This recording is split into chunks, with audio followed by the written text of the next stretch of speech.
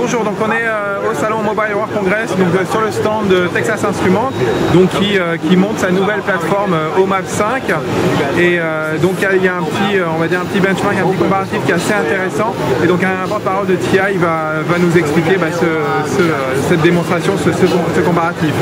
Exactement. Donc ce qu'on a fait, c'est qu'on a pris notre plateforme OMAP 5, donc on voit ici à gauche, que l'on compare avec un produit commercialisé qui utilise une plateforme quad-core Cortex A9. D'accord, alors juste, je sais que vous ne voulez pas la nommer, mais bon, moi je peux en parler, moi je suis journaliste, donc aujourd'hui du quad-core en Cortex A9, il n'y en a qu'un seul, donc c'est du Tegra 3, voilà, donc bon, c'est pas la même vitesse que là, je crois que vous avez dit ce sera. Donc là, sur le Cortex A9, il est à 1.3 GHz, donc 4 corps à 1.3, c'est-à-dire 5.2 GHz de performance, et à nous, de notre côté, on a deux Cortex A15, donc la nouvelle génération de ARM, à 800 MHz chacun. Voilà. Plus il y a aussi deux petits il y a deux petits M4, mais ils ne sont pas particulièrement impliqués dans ce test-là. Par contre, il y a d'autres éléments de notre architecture qu'on appelle Smart Multicore, par exemple les cœurs graphiques, une architecture mémoire qui est très efficace et qui joue un grand rôle probablement dans ce benchmark, puisqu'on est capable d'avoir donc des mémoires dont la bandwidth est de 8.5 gigabytes per second. Donc ça influence énormément le test. Donc le test, en gros, qu'est-ce que c'était? C'était un test qu'on a extrait d'un benchmark de IMBC, donc qui en fait load 20 pages web, donc il y a des pages de CNN, de National Geographic, etc. Donc on performe ce test, et en parallèle de ça, puisqu'on est dans un environnement quand même multitasking, on fait un MP3 playback en même temps, et aussi on transfère un fichier de 500 MB.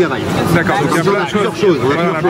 D'accord, donc c'est un peu représentatif. Donc on commence le test en même temps, donc encore une fois nous sommes à gauche, ils sont à droite, on commence à loader les pages. Donc, alors évidemment le test n'est pas linéaire, c'est-à-dire que par moment on est plutôt en avance, moins en avance, etc. Mais ça c'est simplement parce que les pages sont plus ou moins lourdes. Donc par exemple quand on arrive à la page 10, on a en gros je crois 5 ou 6 secondes d'avance.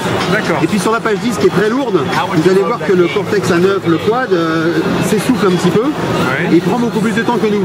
Alors pourquoi en réalité ce test est très concluant pour notre architecture? Pour plusieurs raisons. D'une part parce qu'on a effectivement le Cortex A15 qui a déjà un coefficient d'efficacité par rapport à A9 qui est à peu près 1.4, 1.5, donc on est plus efficace sur le jeu d'instruction de l'A15. Donc ça c'est un point. Le deuxième point c'est que nous on est en double core, eux ils sont en 4 corps. En théorie effectivement les gens diraient ah bah tiens 4 corps c'est mieux. Mais en définitive non, parce que la plupart des applications, que ce soit du web browsing, que ce soit du Facebook ou du Netflix ou du Skype, ne sont pas designées aujourd'hui pour être multi-threaded, comme on dit, pour être déployées sur 4 corps à la fois. C'est du monocore. C'est du monocore ou du dual core dans la majorité des cas, et en réalité vous avez raison, si on fait l'analyse que l'on a faite d'ailleurs avant de faire cette démo, où on profile les corps, on voit qu'un corps par exemple va être plein à 60%, 70%, le deuxième à 20-30%, et le troisième à 2 ou 3%, et le quatrième à 0%. C'est simplement les applications ne sont pas créées de cette façon-là. Et pourquoi? Parce qu'en définitive, les applications, dans la plupart du temps, elles veulent utiliser des ressources de chip qui sont les mieux adaptées à la fonction. Je m'explique, ça veut dire que quand on a une fonction graphique, on ne va pas utiliser un CPU pour la faire. Donc si je fais tourner un jeu, par exemple, je ne vais pas loader 4 corps CPU pour faire mon jeu. Je vais loader mon corps graphique. C'est pour ça que Map 5, notamment, a aussi un double cœur graphique. Donc là, je le montre. Donc c'est le SGX 544, qui est un cœur graphique, la dernière génération de Imagination Technology, donc qui est utilisé aussi par d'autres leaders du marché. Donc ce qu'on a fait, nous, c'est qu'on en a mis deux. Donc plutôt que de rajouter des CPU, on a rajouté des cœurs graphiques, ce qui nous donne une très très bonne performance d'un point de vue user interface, d'un point de vue gaming, d'un point de vue augmented reality, toutes ces applications qui sont très populaires et que l'on montre aussi sur notre stand ici. Donc c'est vraiment l'architecture au global qu'il faut regarder. On a aussi des cœurs, par exemple, un cœur de composition 2D graphique qui nous permet de faire du multi-layer d'une façon très efficace. On a d'autres, on a un accélérateur vidéo, par exemple, qui permet d'avoir des vidéos à 1080p à 60 frames par seconde. On a les deux petits corps dont vous parliez au début, qui sont des corps qui permettent d'offloader le corps principal pour contrôler le système multimédia. Donc ce sont des petits cœurs très efficaces au niveau power.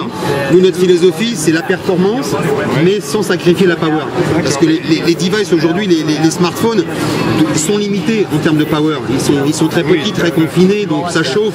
Oui, et puis il y a l'autonomie aussi. Il y a l'autonomie, puis en réalité, quand on a des cœurs graphiques, quand on a des cœurs CPU à 2 GHz, en réalité, ils vont pas tourner à 2 GHz tout le temps, parce qu'ils chauffent, et donc à un moment donné, le thermal management se met en place, et le corps redescend à 1 GHz ou à 800, etc. Donc nous, ce qu'on fait, c'est qu'on a une architecture qui est bien équilibrée pour avoir les fonctions qui sont exécutées sur des corps spécifiques, graphique, DSP, vidéo accélération, multi-layer composition ou même du hardware pour aussi combiner ensemble des fonctions ou des images de vidéo qui sont combinées avec du graphique. Donc on fait ça dans notre display subsystem. Au total, on est très efficace en performance et très efficace en power. Ce qui est très important aussi, je l'ai souligné tout à l'heure, c'est l'architecture mémoire.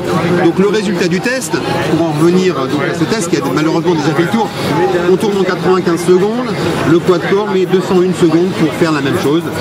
Et les deux plateformes d'ailleurs ont été connectées sur le même central Wi-Fi, donc il n'y a pas de dépendance Wi-Fi particulière, la latence Wi-Fi est la même, donc on a fait bien attention. Surtout que celle-ci, là pour le test, la plateforme est à 800 MHz. 800 MHz sur chaque corps, oui. Donc, alors que sa version dans le 5 commercialisée, elle sera au moins à 1.5 on va dire. On va dire oui à 1.5, il y aura des versions même à 2 Go.